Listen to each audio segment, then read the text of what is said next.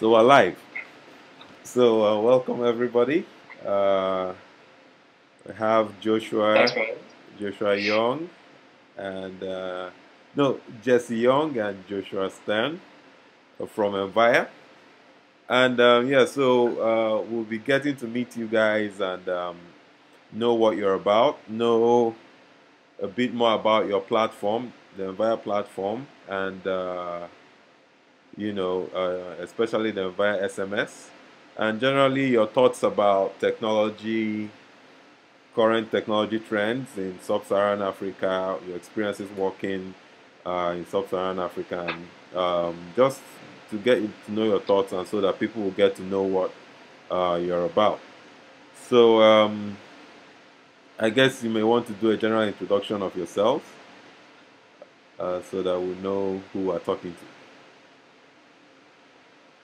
Sounds good.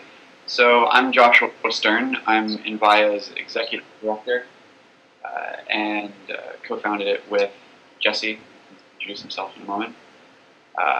Before Envaya, I was a Peace Corps volunteer in Tanzania, where I was doing IT infrastructure development work, working with community organizations around Tanzania to set up just basic hardware infrastructure to get online and use computers.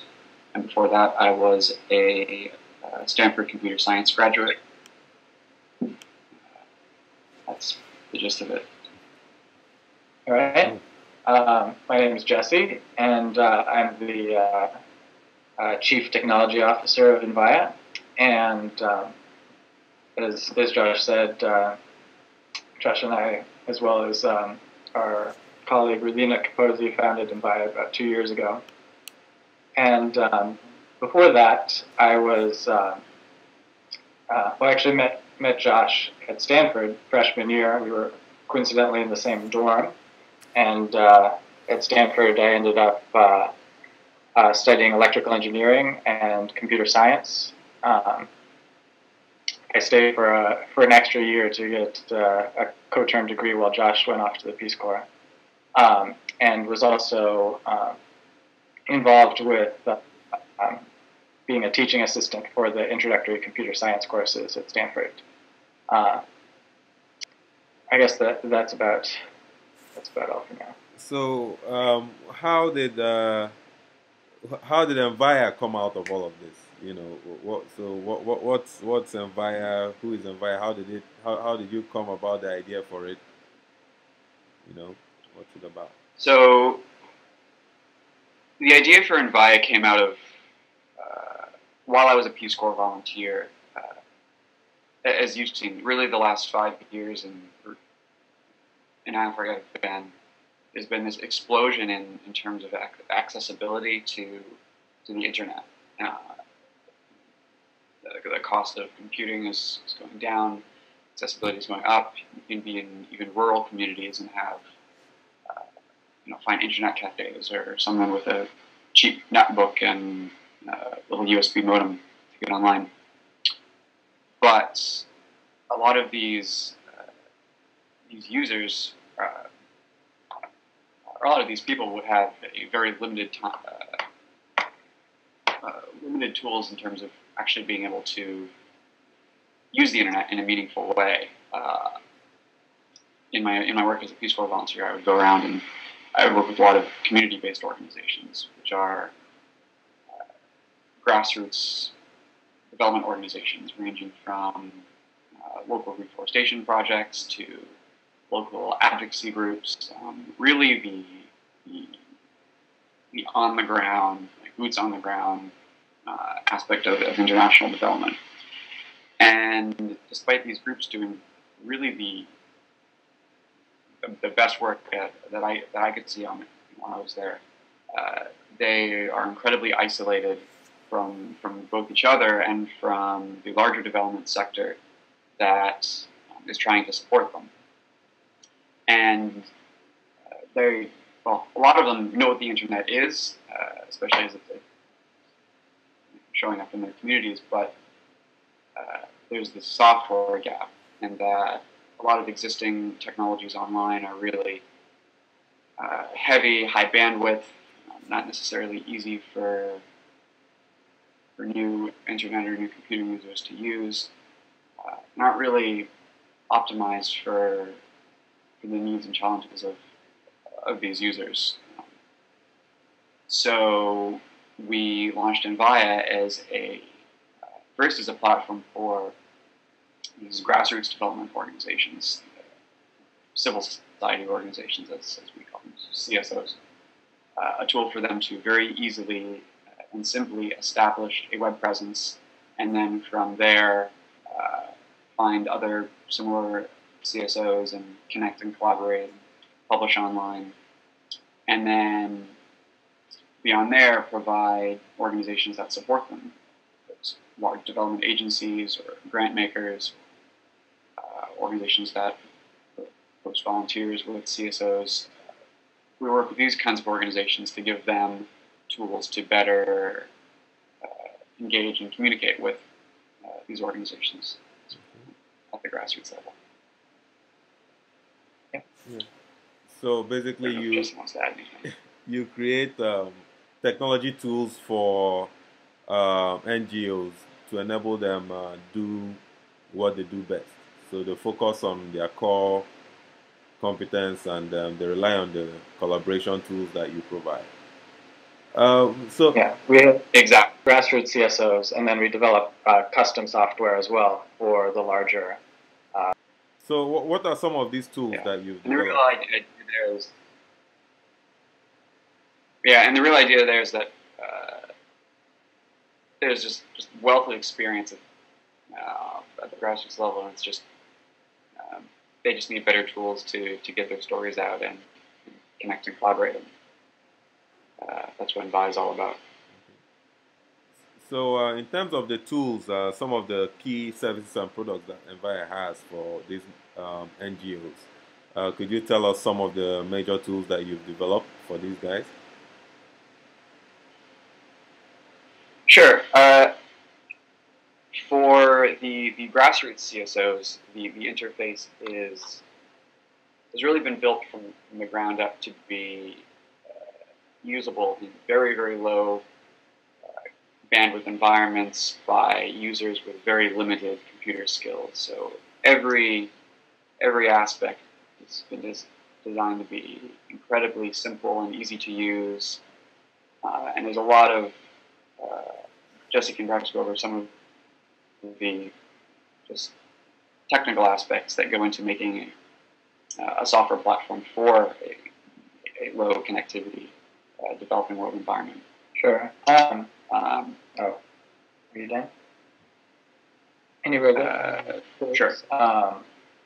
Things like when people upload images, like they have photos from a digital camera that they want to publish on the web. Those files could be maybe 2 megabytes, and if they're using like a cellular modem on their computer, it can be very slow and also expensive to transfer files of that size. And so one of the regular web browser, but they have a phone that has SMS capabilities. And so part of our platform is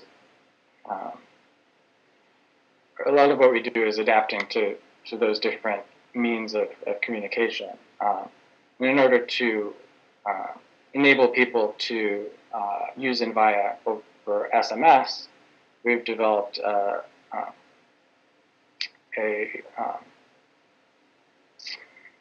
product that we've open sourced that we call Envaya SMS, that allows anybody to connect a web service to enable it to use SMS, to send and receive SMS really anywhere in the world. Yeah, so that's pretty powerful. Yeah, the product you just mentioned now, Envaya SMS, it's pretty powerful. Like Joshua said, if I understand it correctly, it's really an SMS gateway on the phone, right? Yep, it's really simple. With just as Jesse said, we developed this because for the larger Envaya platform, we wanted to enable users over just SMS and MMS to be able to use the system. Users who can't necessarily get to even a basic internet connection. But in launching an SMS service, it really needs to have a local number, and to do that, you need an SMS gateway. And in Tanzania and Rwanda, where we first launched this, and really most sub-Saharan African countries, there's power problems, and sometimes the internet goes out. So having a solution that requires persistent internet or persistent power, it's not going to have very reliable uptime. So with Envaya SMS, it requires just a relatively cheap Android phone. So he's got it right there. A local SIM card for whatever local cellular service you want to use, and you've got yourself a gateway as long as it can get onto a data plan necessary, and that it can handle power outages and internet outages, and you have a gateway anywhere in the world. Yeah, I can explain a little bit more about how it would actually work. Yeah. So I've got an Android phone here on which we've installed our app, Envaya SMS. And Envaya SMS is just a thin layer that forwards incoming SMS messages to a server somewhere on the internet. And the server is what implements the service, does processing to decide how to respond to each message. Need an Android phone at all. They just have whatever phone that they have. And they can just, let me compose a quick message here. They just send a message to the phone number that you have for the Android phone, and when the phone receives the message, it'll forward that message to the server. The server will respond with the reply, and then the phone will forward that back to whoever originated the message. So let me get this straight. As a developer, right, what that means as a developer who's developing an SMS-based service, I don't need, at least at the initial testing stage, I don't need to worry about getting a short code or a long code or anything. I just get an Android phone with Envaya SMS on it, and then I implement my web service, and right? Yeah. On sms.envaya.org, there's a lot of document on the server to communicate with the app on the phone, and there's also example code and libraries, at least for PHP at the moment. So it's very easy for developers to set up, and all that they would need is to get an Android phone and to get a SIM card with service on some mobile network. But you don't need to talk to any mobile network, because it just acts like to pay thousands of dollars for just to set up a short code, or you also don't really need any physical hardware, because you could use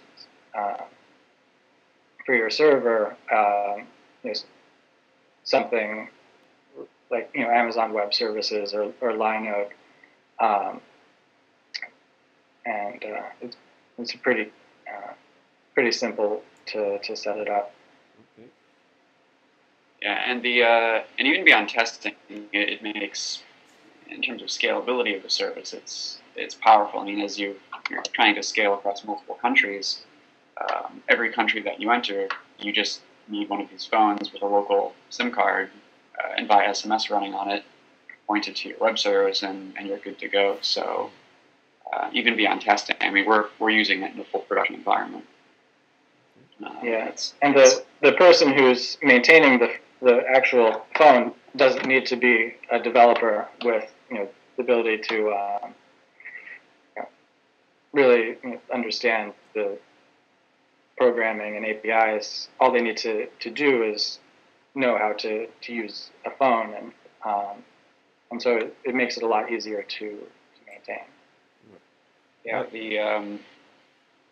the folk who set up the gateways for us in Tanzania and Rwanda, they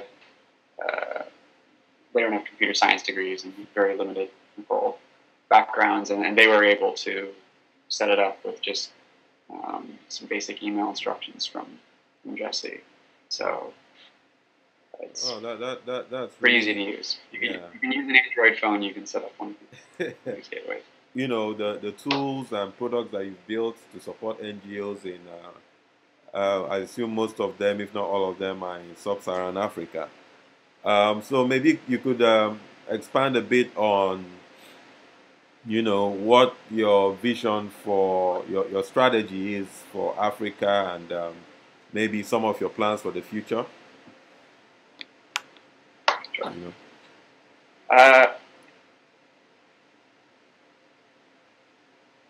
Well, currently Envaya is in Rwanda and Tanzania.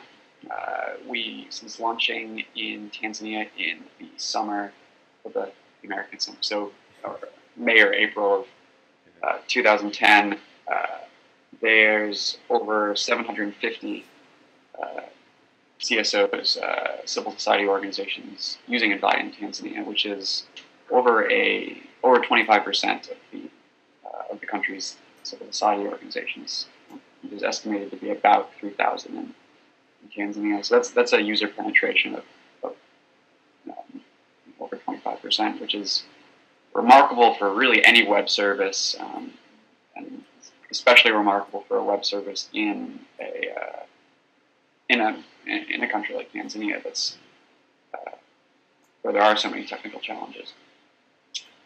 So right now, you're saying we offer services for both these grassroots CSOs to get online, connect, and collaborate, and then also services for larger agencies for impact evaluation systems, bring monitoring and reporting systems, which are often, if they're digital at all, using archaic systems. And many of them even just use physical paper that reports that end up in file cabinets. So working with larger NGOs and agencies to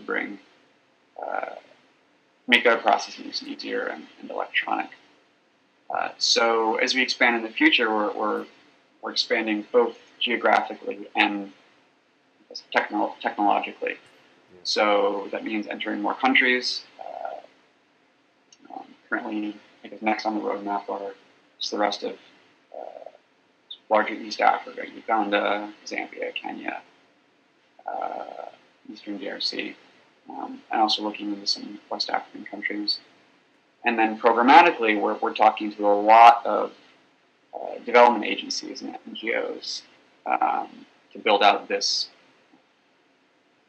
second part of Envaya, leveraging a lot of the optimizations and tools we've built that work in these low connectivity environments for grassroots CSOs, leveraging that technology for larger NGOs to help them better communicate and do their jobs. So we're currently working in Tanzania with the Foundation for Civil Society, which is the largest grant maker for CSOs in the country. And we're talking to numerous other NGOs and agencies and starting to gear up systems for them as well. Oh, that makes sense. Back to technology for a bit.